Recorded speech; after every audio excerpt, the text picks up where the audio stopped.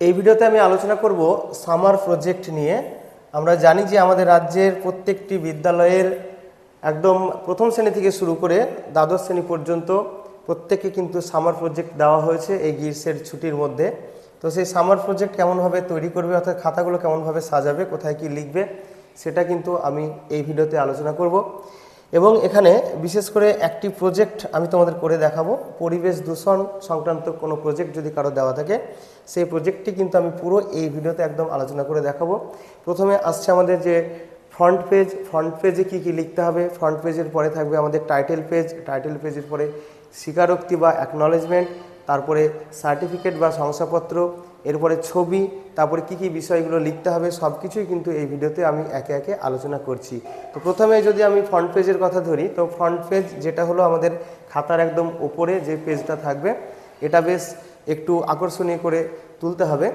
তো সেটাকে আকর্ষণীয় করার জন্য আমাদের যেটা করতে হবে, তার আগে একটা কথা বলে রাখি যে এই ফ্রন্ট পেজটা তোমরা কম্পিউটারের প্রিন্ট আউট দেবে না হাতে লিখে করবে, সেটা কিন্তু তোমাদের বিদ্যালয়ের শিক্ষক শিক্ষিকার কাছ থেকে জেনে নেবে, বা তিনি হয়তো ইতিমধ্যে তোমাদের বলে দিয়েছেন।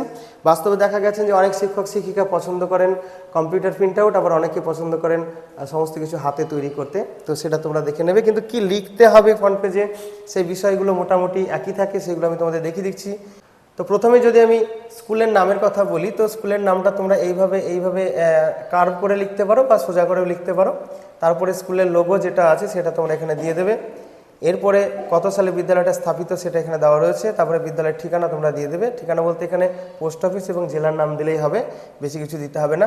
তারপরে যদি computer print out front page হয়, অবশ্যই তোমরা বিদ্যালয়ের ছবি এখানে দিয়ে দেবে। আর যদি হাতে লিখো সেক্ষেত্রে ছবি দেওয়া সম্ভব নাও হতে পারে, সেক্ষেত্রে না দিলেও চলবে। এবারে এখানে আমাকে কি লিখতে হবে যে গ্রীষ্মকালীন প্রকল্প, বা তোমরা এখানে সামার প্রজেক্ট কথাটাও লিখতে পারো। আর এই বিষয়গুলো সমস্ত তোমরা ইংরেজিতেও করতে পারো বা বাংলাতেও করতে পারো।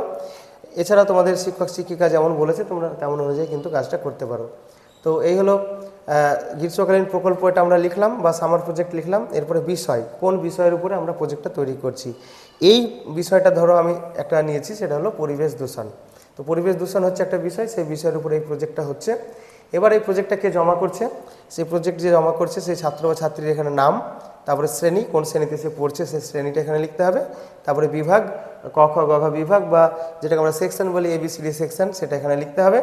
তারপরে এখানে আসছে রোল নাম্বার। এবার নিচে এখানে দিয়েছি শিক্ষাবর্ষ 2025।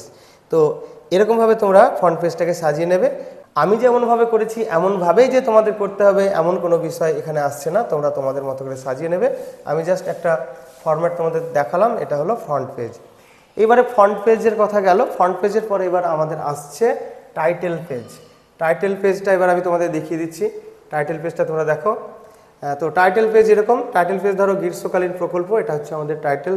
প্রকল্পের বিষয় হচ্ছে পরিবেশ দূষণ। এবার এটা হচ্ছে প্রকল্পের বিষয়। এবার আমি এই প্রকল্পের কি শিরোনাম দিয়েছি, শিরোনাম আমি আমার মতো করে দিতে পারি, বা এই সম্পর্কিত শিরোনাম আমরা আলাদা আলাদা করে দিতে পারি। তো এখানে দেখো শিরোনামটা দেওয়া হয়েছে পরিবেশ দূষণ, এখানে একটা কোলন দিয়ে কারণ, ফলাফল ও প্রতিকার, এটা শিরোনাম। তোমরা তোমাদের মতো করে নেবে, তোমাদের যে প্রকল্পের বিষয় সেই অনুযায়ী এখানে গ্রীষ্মকালীন প্রকল্প, এটা তো সবার একই থাকবে যেহেতু এটা সামার প্রজেক্টের একটা অংশ।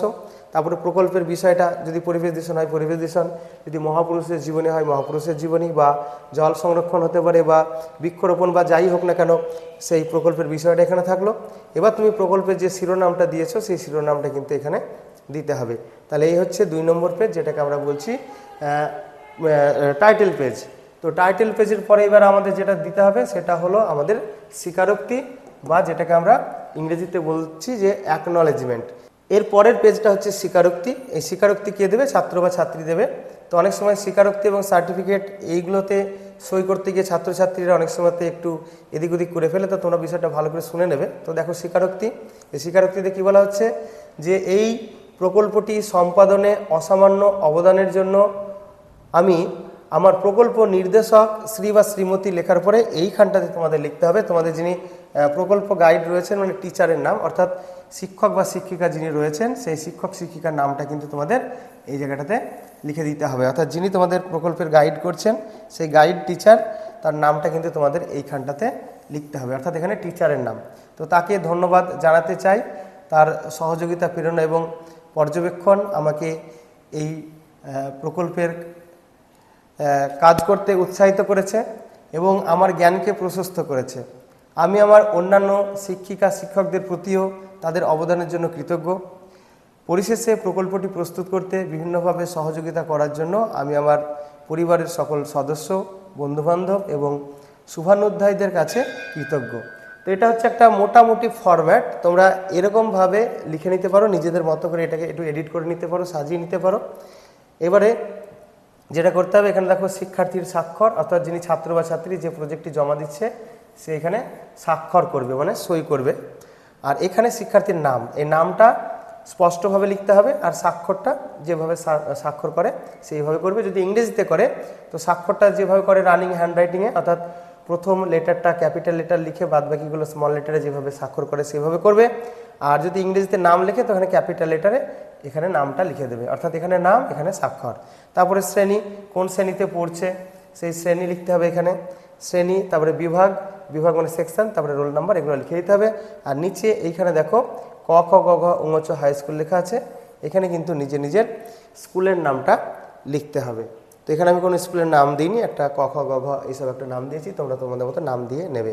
তো এটা হচ্ছে স্বীকারোক্তি। এবার স্বীকারোক্তির পরে আমাদের যে পেজ, সেই পরবর্তী পেজটা কিন্তু আমাদের এবার চলে আসবে সার্টিফিকেট বা শংসাপত্র। এবার সার্টিফিকেটের পেজটা আমি তোমাদের দেখিয়ে দিচ্ছি, শংসাপত্র বা সার্টিফিকেট। তো দেখো এই শংসাপত্রে কি লিখতে হবে এবং কে সই করবে তোমরা দেখে নাও। এই শংসাপত্রে এখানে দেখো লেখা রয়েছে যে এই মর্মে শংসাপত্র দেওয়া যাচ্ছে যে 2025 শিক্ষাবর্ষে সামার প্রজেক্টের অংশ হিসাবে এখানে ছাত্র বা ছাত্রীর নামটা এখানে লিখতে হবে। এখানে লিখতে হবে আমাদের ছাত্র বা ছাত্রীর নাম এখানে থাকবে। তো এখানে থাকবে ছাত্র অথবা ছাত্রী যে এই প্রজেক্টটি জমা দিচ্ছে তার নামটা এখানে লিখতে হবে। আর তার শ্রেণী, সে কোন শ্রেণীতে পড়ছে, তার বিভাগ, তার রোল নাম্বার, এটা লিখতে হবে। তো সেই ছাত্র বা ছাত্রীর নাম, তারপরে কর্তৃক দাখিল করা পরিবেশ দূষণ নামক প্রকল্পটি, এখানে দেখো পরিবেশ দূষণ লেখা রয়েছে, যেহেতু আমি পরিবেশ দূষণ প্রকল্পটি নিয়েই এই প্রজেক্টটি তোমাদের দেখাচ্ছি। এই জায়গাটায় কিন্তু তোমরা তোমাদের প্রকল্পের যে বিষয় সেই অনুযায়ী কিন্তু এই জায়গাটা আলাদা আলাদা করে নেবে। সব জায়গায় কিন্তু পরিবেশ দূষণ হবে না, যেহেতু এটা পরিবেশ দূষণের আমি দেখাচ্ছি তাই এখানে আমি এটাকে পরিবেশ দূষণ লিখেছি। তোমরা কিন্তু তোমাদের মতো এই জায়গাটা চেঞ্জ করবে। তাহলে আর একবার বলছি, এখানে ছাত্রছাত্রীর নাম, এই জায়গাটা চেঞ্জ হবে প্রকল্পের বিষয় অনুযায়ী, এখানে রোল নাম্বার, সেকশন এবং ক্লাস লিখতে হবে। এইবারে প্রকল্প নির্দেশকের স্বাক্ষর যে বিষয়টা রয়েছে নিচে, এখানে কে সই করবে, এখানে সই করবে যিনি প্রজেক্ট গাইড টিচার যিনি রয়েছেন, সেই গাইড টিচারকে কিন্তু এখানে সই করতে হবে। অর্থাৎ আগেরটা যেটা কৃতজ্ঞতা স্বীকার বা অ্যাকনোলেজমেন্ট ছিল সেখানে সই করছিল ছাত্র বা ছাত্রী, আর এখানে কিন্তু সই করবে শিক্ষক, প্রকল্প নির্দেশকের স্বাক্ষর, অর্থাৎ যিনি শিক্ষক বা শিক্ষিকা তিনি এখানে সই করবেন। আর এইখানে শিক্ষক বা শিক্ষিকার নাম লিখতে হবে। তো দেখো শংসাপত্র সই করবেন শিক্ষক শিক্ষিকা, শিক্ষক শিক্ষিকার নাম, আর এইখানে ছাত্রছাত্রীর নাম। তো এই হচ্ছে আমাদের শংসাপত্র। এর পরের যে বিষয় সেটা আসছে, আমি যে বিষয়ের উপরে প্রজেক্ট লিখব সেই বিষয় সংক্রান্ত আমাকে ছবি দিতে হবে। তো অনেক সময় কি হয়, ছবিগুলো আলাদা করে একটা পেজে অনেক শিক্ষক শিক্ষিকা দিতে বলেন, আবার অনেক সময় দেখা গেছে যে ছবিগুলো দেওয়া হয় লেখার মধ্যে, অর্থাৎ যে লেখা হয় লিখতে লিখতে লিখতে লিখতে লেখার মাঝে কিন্তু ছবি দেওয়া হয়। তো আমি এখানে একটা পেজে তোমাদের কতগুলো নমুনা চিত্র দেখিয়েছি। তো চাইলে পরে তোমরা এই ছবিগুলো ইন্টারনেট থেকে ডাউনলোড করে দিতে পারো, বা তোমাদের টিচার যদি বলে যে ছবি আঁকতে তাহলে অবশ্যই তোমরা আঁকবে। এক্ষেত্রে তোমরা তোমাদের যে প্রজেক্ট গাইড টিচার রয়েছেন তার নির্দেশ ফলো করবে। তো আমি এখানে কতগুলো ছবি ডাউনলোড করে আমি একটা পেজে সাজিয়ে রেখেছি পরিবেশ দূষণ সংক্রান্ত। এই ধরনের ছবি তোমরা দেবে, এমন নয় যে এই ছবিগুলোই দিতে হবে, তোমরা তোমাদের মতো ছবি দেবে। তোমরা ছবি আঁকতে পারলে ভালো পরিবেশ দূষণ সংক্রান্ত। তো এখানে পরিবেশ দূষণের বিভিন্ন রকমের ছবি দেওয়া রয়েছে। এখানে বায়ু দূষণ, জল দূষণ, মৃত্তিকা দূষণ, এখানে নয়েজ পলিউশন বা শব্দ দূষণ, তারপরে যেটা দৃশ্য দূষণ, যেটা সেই দৃশ্য দূষণের ছবি রয়েছে। তো এরকমভাবে ছবি দেবে। এবারে পরিবেশ দূষণ সংক্রান্ত প্রজেক্ট লিখতে গেলে যে বিষয়গুলো আমাদের লিখতে হবে সেই লেখার বিষয়গুলো আমি তোমাদের একটু দেখিয়ে দিচ্ছি। তো সেটা তোমরা দেখো, এই জন্য আমি একটা নমুনা প্রজেক্ট তৈরি করে রেখেছি, সেটা তোমরা দেখে নাও। এমন নয় যে আমি যেটা তৈরি করছি এটাই তোমরা লিখবে, তোমরা তোমাদের মতো করে নেবে। তো এখানে আমি তোমাদের একটু দেখিয়ে দিচ্ছি পরিবেশ দূষণ সংক্রান্ত আমি যেটা করে রেখেছি, সেই পরিবেশ দূষণের প্রজেক্টটা তোমরা একটু দেখে নাও যে কী কী পয়েন্ট তোমরা সেখানে রাখবে। শিরোনাম যেটা আমরা দিয়েছি সেই শিরোনামটা কিন্তু আমাদের প্রথমে লিখে দিতে হবে। তো দেখতে পাচ্ছ যে শিরোনামটা আমি কিন্তু প্রথমে দিয়েছি যে পরিবেশ দূষণ, কারণ, ফলাফল, প্রতিকার। তো তোমাদের যে নিজের নিজের প্রকল্প সেই প্রকল্পের শিরোনামটা প্রথমে দিতে হবে, তারপরে প্রকল্পটা তোমাদের লিখতে শুরু করতে হবে। তো পরিবেশ দূষণ সংক্রান্ত আমি একটা নমুনা প্রকল্প সংক্ষেপে কয়েকটা পয়েন্ট আকারে করে রেখেছি, তোমরা এটাকে অনুসরণ করে এর সঙ্গে তোমাদের নিজস্ব মশলা মিশিয়ে আরও ভালোভাবে তোমরা করে নিতে পারবে। তো প্রথমে তোমরা একটু ভূমিকা দেবে। দেখো ভূমিকা এখনো দেওয়া রয়েছে, আমি এগুলো পড়ে ফালতু সময় নষ্ট করছি না বা ভিডিওটাকে বড় করতে চাইছি না। তোমরা এটাকে দেখে নিতে পারো, ভিডিওটাকে পজ করে বা স্ক্রিনশট নিয়ে তোমরা এটাকে দেখে নিতে পারছো। এরপরে পরিবেশ দূষণ কাকে বলে সেটা আমরা এখানে দিয়েছি পরের পয়েন্টে। তারপরে দেওয়া রয়েছে এবার যে পরিবেশ দূষণ তো বিভিন্ন রকমভাবে হয়, তো এখানে কি রয়েছে, নিম্নে প্রতিটি দূষণের, অর্থাৎ বিভিন্ন রকমের যে পরিবেশ দূষণ আছে এখানে কি হয়েছে দেখো পরের পয়েন্ট, যে নিম্নে প্রতিটি দূষণের বিস্তারিত আলোচনা করা হলো। এবারে যতগুলো দূষণ আছে প্রত্যেকটি দূষণকে কিন্তু এখানে পরপর আমি দেখিয়েছি। তো সেগুলো তোমাদের আমি পরপর দেখিয়ে দিচ্ছি, তোমরা ভিডিওটাকে পজ করে বা বিভিন্নভাবে তোমরা স্ক্রিনশটও নিতে পারো বা ভিডিওটাকে পজ করে তোমরা এটাকে দেখে নাও। তো যেটা দেখানো হলো যে জল দূষণ পর্যন্ত দেখানো হলো। এরপরে জল দূষণের পরে আসছে দেখো জল দূষণের মধ্যে অনেকগুলো পয়েন্ট দেওয়া হয়েছে, যেমন জল দূষণ, তার কারণ, ফলাফল, প্রতিকার। তো জল দূষণের কারণ, ফলাফল, প্রতিকার দেওয়া রয়েছে। এরপরে দেখো দেওয়া রয়েছে মৃত্তিকা দূষণ বা মাটি দূষণ।